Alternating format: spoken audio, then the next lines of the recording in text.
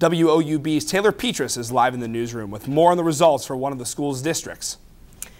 Thanks, Nathan. Fairless Local School District was one of the schools on the ballot. It's located in Stark County, actually just north of Tuscarawas County. Fairless was hoping to pass an additional levy of $8.9 million, which would generate over $1.5 million annually for a 7-year period. This parking sign behind me is not in compliance with ADA regulations that changed back in 1978.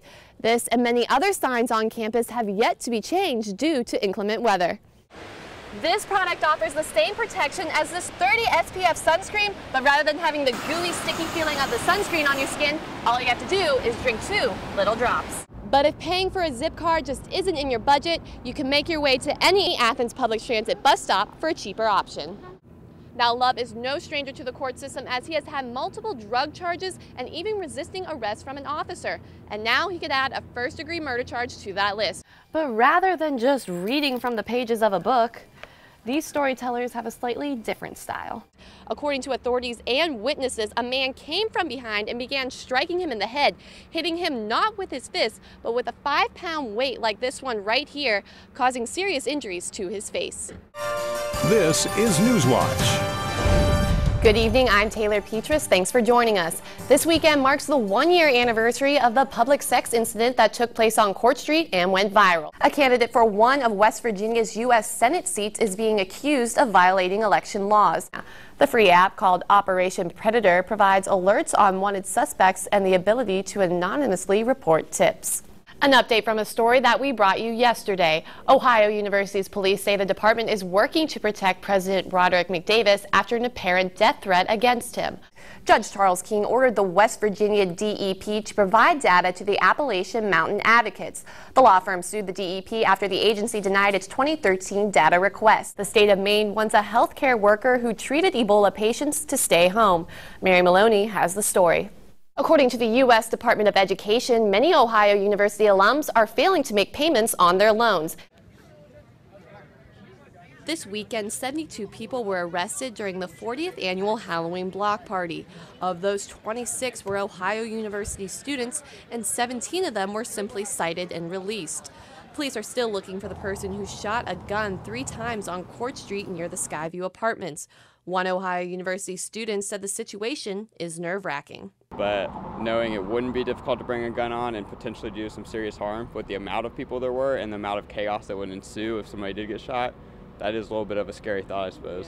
Co-chairman of the Athens Clean and Safe Committee, John Holmberg, said he was very pleased with how police officers on duty handled the situation. This is why they're there, to ensure that and limit the amount of this kind of activity that goes on. And there's a lot of things that happen on Halloween that don't go to this level, but that they handle throughout the evening.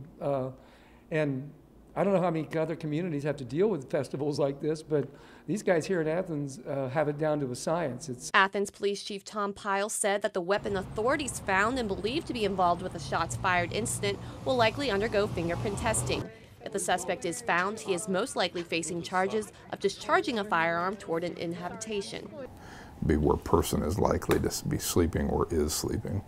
Obviously, there are apartments in all directions on Court Street, so discharging a firearm on Court Street is, by default, that kind of a charge, especially if you're just shooting in the air like that. Pyle said if the investigation continues to turn up cold, it will most likely be turned over to crime solvers. Reporting for WOUB News, I'm Taylor Petras.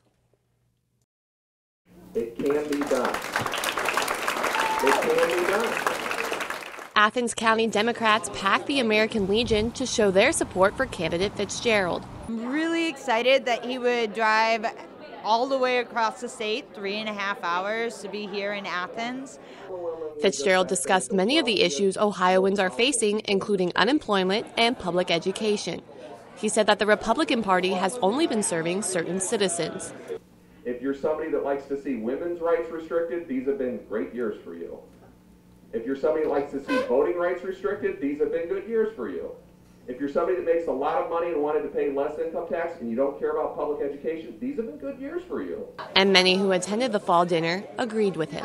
Kasich has attacked voting rights, women's health, the environment, our schools, our unions. I believe he's insulted everybody. Despite falling behind in the polls against Republican candidate John Kasich, Ohio Senator Lou Gentile is hopeful that supporters will show up on Election Day. I think Democrats traditionally have had done a better job, of getting voters to the polls. I think we'll do that on Election Day.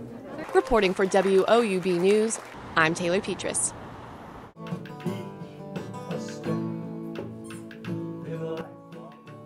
Mike Kubasek has been telling stories with the Appalachia, Ohio Storytellers Project group for over a year.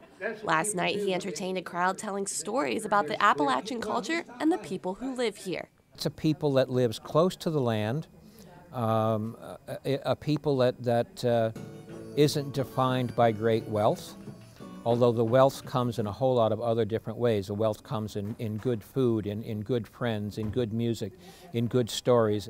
But rather than just reading from the pages of a book, these storytellers have a slightly different style. Because that kid right there saw him, I know he did. Didn't you see Henry Duncan? Say yes. I say, I saw Henry Duncan. Coordinator of Enrichment and Outreach of the library, Amy King, said the storytellers offer a completely different experience for their audience. When you have a book, a child and a book, there's a sort of a triangle going on between the reader, the child, and the book.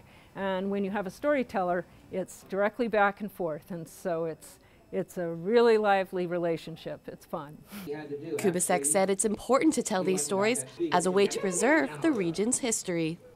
It's an important, very important part of the culture of Appalachia, and it can't be let die. And the only way that it really works well is spoken or sung. Reporting for WOUB News, I'm Taylor Petras.